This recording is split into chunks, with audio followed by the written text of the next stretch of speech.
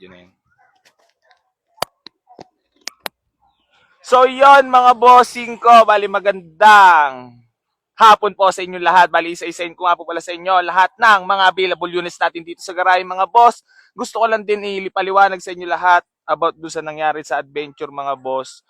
So ayun, si tatay naman talaga, hindi talaga siya mekaniko, umamin naman siya sa atin. So, pero goods naman na yon, yung unit na yon, goods naman talaga yon, wala naman talagang problem. So, marami lang minasama yung pagtatalo namin ni tatay, which is nagsasagutan lang naman kami. Syempre, kailangan yung mga tao talagang magbibigay ng mga opinion. Pero mga boss, yung unit na yon, yung adventure is okay talaga yon. So, napaamin lang din naman natin si tatay na hindi siya mekaniko. So, sinasabi niya mekaniko siya ng bus. So, magkaiba po kasi yon ha. Then, goods naman kami ni tatay na yon. Then, gusto ko lang paalala sa inyo mga boss na never po akong magsasabi sa inyo na huwag kayo magdala ng mekaniko dito sa garahe.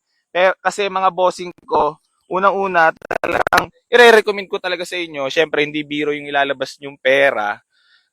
Recommend ako sa inyo talaga na magsama kayo ng mekaniko. So, yung iba kasi mga boss, naloloko lang sila. Halimbawa, nabili sa akin dito, tapos nagkaroon ng aberya, or nagkaroon ng diferensya yung sasakyan, dadali nila sa ibang mekaniko. So, lolokohin sila.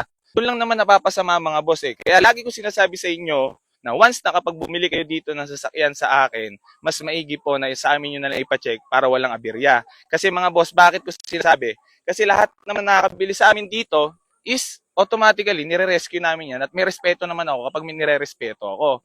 So ngayon, kapag kupal, syempre, magiging kupal din ako. Ganun lang naman tayo sa buhay eh. Tapos mga bossing ko, wala lang akong tinatago sa inyo. Naka-video ba niya? Wala akong tinatago sa inyo. Lahat pinapakita ko kung anong mga kaganapan. Kasi, alam mo naman ang mga tao is meron at merong masasabi. So ngayon ako, mga boss, nagiging transparent lang ako sa inyo. Sinasabi lang sa inyo lahat ng mga nagiging issue dito. Pero mga boss, never po akong magiging scammer. Tangina naman, ako nalaban ng pata sa buhay, then alam nyo, gawin nyo lang sa buhay para maging masaya kayo.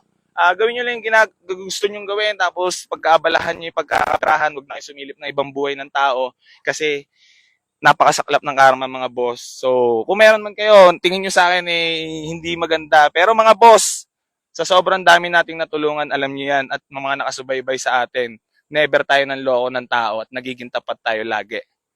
No? Tama ba yun, Yor? Parang naiyak ka na. So yan mga bossing ko, bali isa-isain ko sa inyo lahat ng mga available units dito. Mga boss, ulitin ko nga lang pala, i-wish nyo papunta dito sa garahe. Boy AC New Garage, General Trias Cavite mga boss, para hindi po kayo maligaw.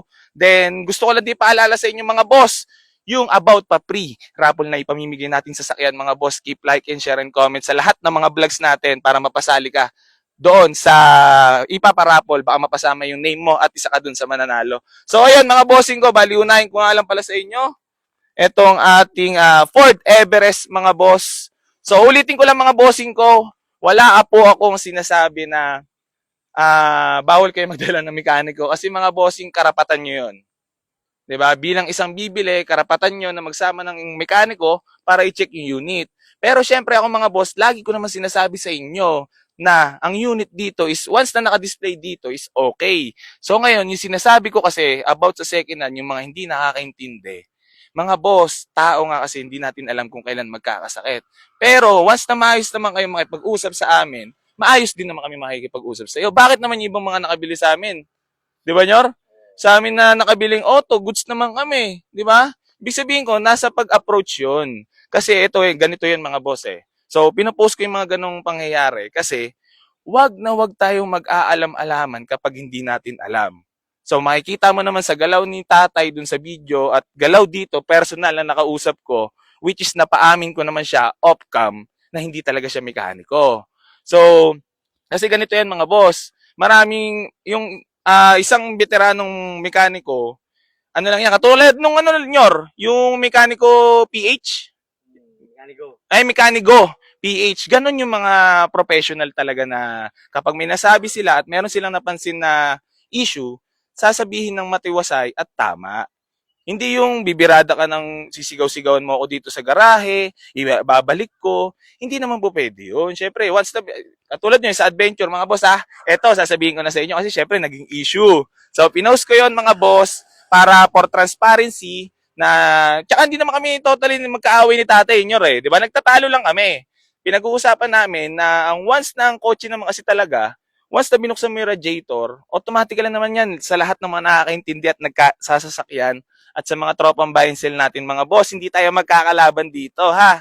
Tsaka never akong magiging tingin sa inyong kalaban or wag nyo na rin siguro ako tignan na kalaban na talagang lumalaban lang tayo ng patas dito sa mundong kinakaharap ng puro korupsyon, puro paghihirap, di ba? Puro, alam mo yun, makakagawa ka talaga ng hindi maganda. Pero, panatilihin mo yung sarili mo na humaslin at kumayod para sa sarili mo. Or, di ba, huwag ka naman nilip ng ibang buhay ng tao kasi wala ka rin naman mapapala dyan.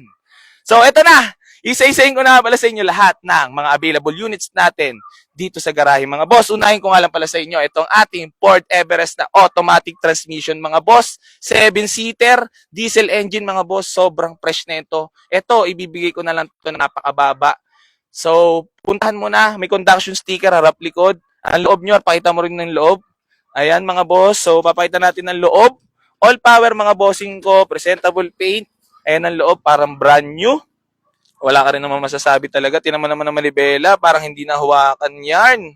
So, let's go, Nyor. Dito naman tayo sa Ford Escape, mga boss, para sa mga naghahanap sa atin ng SUV dyan. So, baka pasok na sa inyo itong mga boss. 2012 na automatic transmission, mga boss. Ito, ibibigay ko na lang to ng 215,000. Negotiable pa tayo dyan, mga boss. Pwede mo na puntahan dito sa garahe.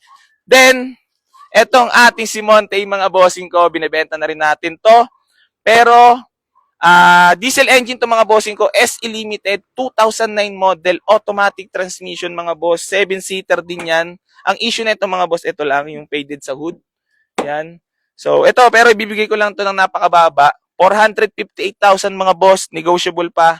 Puntahan mo dito sa garahe, dito natin pag-usapan yan. Tapos, mga bossing ko, bali, meron tayo dito Honda Civic Bigote na automatic transmission, mga boss.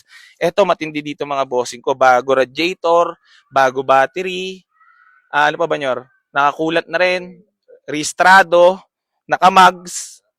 Nakatint na rin yan, mga boss. So, ibibigay na lang natin ito na napakababa. 178,000. Negotiable pa, mga boss. Puntahan mo lang dito sa garahe. Napakadali natin kausap. Then, mga boss, itong ating Mitsubishi Lancer Sedan, mga bossing ko, na 2007 model, automatic transmission, mga boss, na TE37 mags. So, maayos na maayos din ang loob nito. Ice cold aircon din, mga boss. So, ito, bababaan ko na lang to, dating 175, ngayon 158,000. Negotiable pa, mga boss. Meron ka ng poging Mitsubishi Lancer Sedan. Tapos, mga boss, meron tayo ditong Ford Focus, mga boss, na 2013 model, mga boss, na automatic transmission. Presentable paint, sobrang fresh na ito, mga boss. Uulitin ko nga lang pala, mga bossing ko. Wala pong nagsasabi na bawal kayo magdala ng mekaniko dito sa garahe. Uulitin ko, mga boss, pwede kayo magsama ng inyong trusted na mekaniko at trusty or yung mekaniko talaga na may alam at marunong, mga boss. Mas pabor naman sa akin yun, syempre. Pera nyo, hindi naman biro yung ilalabas nyo, di ba? Syempre, pinag-iipunan yan. Tsaka syempre, mga boss, ako naman tao lang din na talagang hindi naman ako para magbenta ng sasakyan, hindi ko para sabihin kung ano yung totoong issue, hindi naman siguro ako si Raulo o gago, di ba? So yan, mga boss, bali mabalik nga lang pala tayo dito sa ating Honda Civic Bigote, mga boss, na automatic transmission. Ito lang lagay ko.